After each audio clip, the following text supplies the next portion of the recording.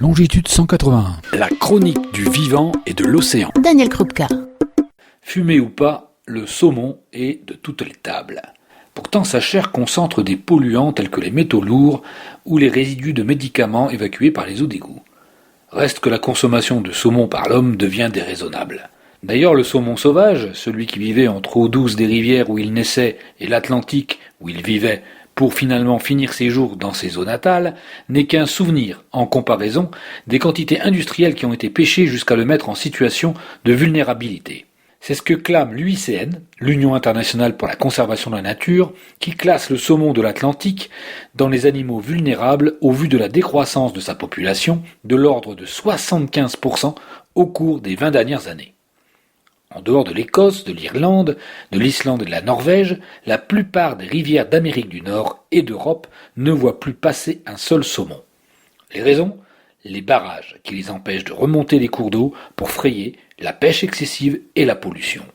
D'ailleurs, la sensibilité du saumon aux pollutions et donc la présence de ce poisson prédateur constitue un indicateur de la santé des cours d'eau. Et l'élevage n'est pas une solution. Loin s'en faut. L'aquaculture menace directement les océans. Le saumon est un carnivore.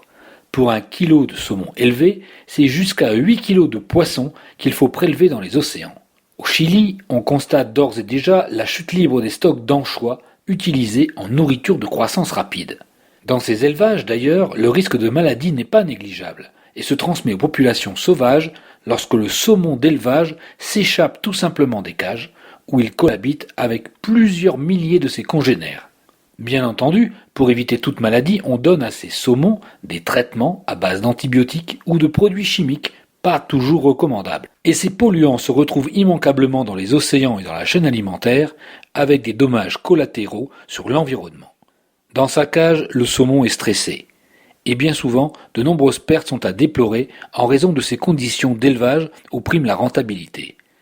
Une fois de bonne taille, le saumon d'élevage sera tué par asphyxie, à l'air, au CO2, après avoir été préalablement affamé pendant une bonne semaine.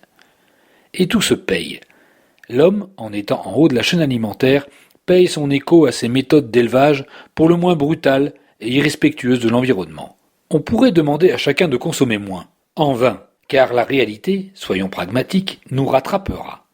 En vidant les océans, en dévoyant les conditions de vie des saumons, nous ne faisons qu'accélérer le processus de moindre quantité de poissons pour une population et une demande de plus en plus grande, souvent inutile.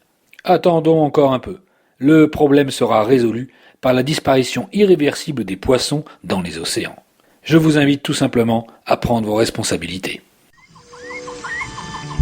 Retrouvez et podcastez cette chronique sur notre site fréquenceterre.com.